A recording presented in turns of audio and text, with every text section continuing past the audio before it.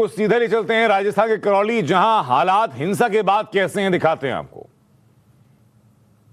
खामोशी का लिबास ओढ़े सन्नाटे में डूबी ये गलियां जो धू-धू करके जल रही थी शनिवार की रात और रविवार के दिन ये सुलग रही थी और आज खामोश है। लेकिन इसी खामोशी में छुपे हैं तमाम सवाल जो शासन, प्रशासन और सरकार पर उठते हैं। वो सवाल जो मूक सवाल हैं, ये आप देख सकते हैं।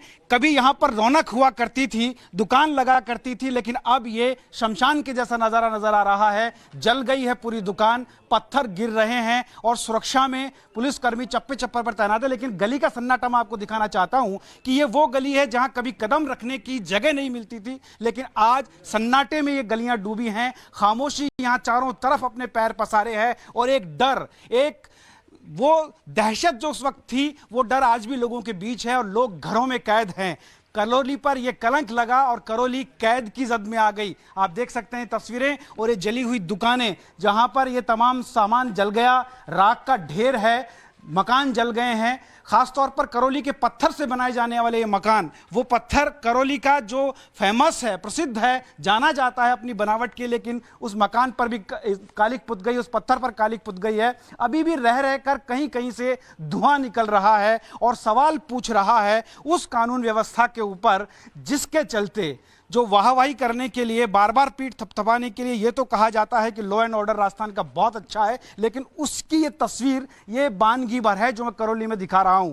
ऐसी तमाम तस्वीरें करौली में हैं जो कई जगह पर हैं, सिर्फ यही नहीं है। ये देखिए, ये मेरे पीछे आप जो देख रहे हैं, इस इमारत की ऊंचाई देखिए और अब ये इमारत नीचे गिर जाने के लिए तैयार है, ठीक उसी तरह जिस तरह कानून व्यवस्था डाउनफॉल यहाँ पर है। वहां आप देखिए कि चप्पे चप्पे पर पुलिस तैनात है। कोशिश की जा रही है कि कहीं भी कोई दूसरी इस तरह की अनहोनी घटना ना हो और करौली एक बार फिर से शांति की तरफ आगे बढ़ सके। उसी कोशिश में पुलिस चप्पे चप्पे पर तैनात है। लेकिन उससे पहले जो हुआ वो दिखाने के लिए ये मंजर मैं कहूँगा कि नाकाफी हैं। ऐसे मंजर करौली में कई जगह पर बने हैं जहां पर न सिर्फ ये दुकानें जली बल्कि कई लोगों के अरमान जलकर खाक हो गए। वो लोग जो शांति के साथ करौली में रहना चाहते थे, वो लोग जिनकी आजीविका यहाँ से चलती थी, वो लोग जिनके घर का चूल्हा इन दुकानों से जलता था, लेकिन अब जब ये दुकान ही जल चुकी है तो ऐसे में अब वो चूल्हा कैसे जलेगा, उसकी भी एक बड़ी परेशानी है। और चारों तरफ ये धुआं, राख से उठती हुई ये मिट्टी, ये जली हुई दीवारें, ये टूटे हुए तमाम पत्थर कई सवाल कर रहे हैं, लेकिन इन सवालों का जवाब देने वाला कहीं कोई नजर नहीं आता। ये जगह है फूटा कोट, जो कि उस दिन उपद्रवियों की जद में आ गया था और सुलग उठा था, धधक उठा था। आग की लपटें यहाँ पर थीं, चारों तरफ भगदड़ मची हुई थी, रैली पर पथराव हुए थे और उसके बाद पुलिस ने यहाँ पर कर्फ्यू लगा दिया। अब उसी कर्फ्यू में आप देख सकते हैं कि एक तरफ शहर में पुलिस का कर्फ्यू है और एक तरफ इस गली में यहाँ पर सन्नाटे का कर्फ्यू है। और ये सन्नाटा बरपा उन उपद्रवियों की बदौलत जिन्होंने करौली में इस तरह की हिंसा को अंजाम दिया। कैमरामैन दिनेश शर्मा के साथ भंवर पुष्पेंद्र, टाइम्स नाउ भारत, करौली। तो करौली हिंसा के बीच जाबाज सिपाही नेत्रेश शर्मा की तस्वीरें वायरल हो रही हैं। नेत्रेश ने अपनी जान पर खेलकर मासूम बच्चे की जान बचाई। उनसे बात की हमारे सहयोगी भंवर पुष्पेंद्र ने।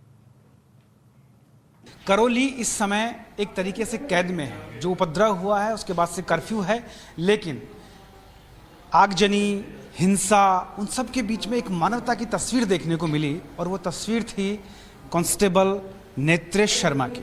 जी हाँ, उन्होंने अपनी जिम्मेदारी, अपनी ड्यूटी बहुत ही शिद्दत के साथ निभाई और आग की लपटों से एक बच्चे को लपेटकर कलेजिस लगाकर बाहर ले आए। नेत्रेश हमारे साथ हैं। नेत्रेश, पहले तो टाइम्स नाउ भारत की तरफ से आपको बहुत बहुत बधाई।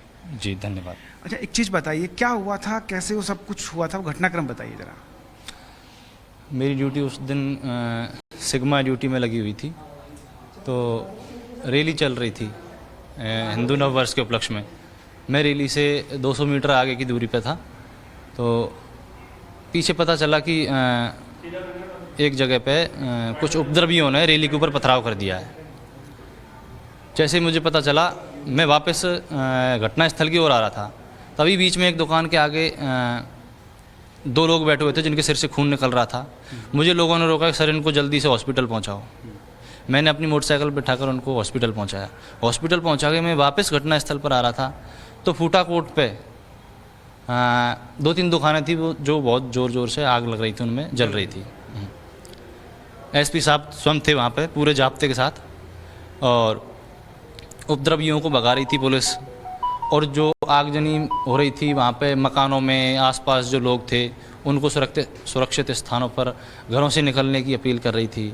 कोई आग को बुझाने की कोशिश कर रहा था, सब लोग अलग थे। इस बीच दोनों दुकानें जल रही थी, उनके बीच में एक घर था, उसमें 2-3 महिलाएं और एक महिला की गोदी में एक बच्चा था।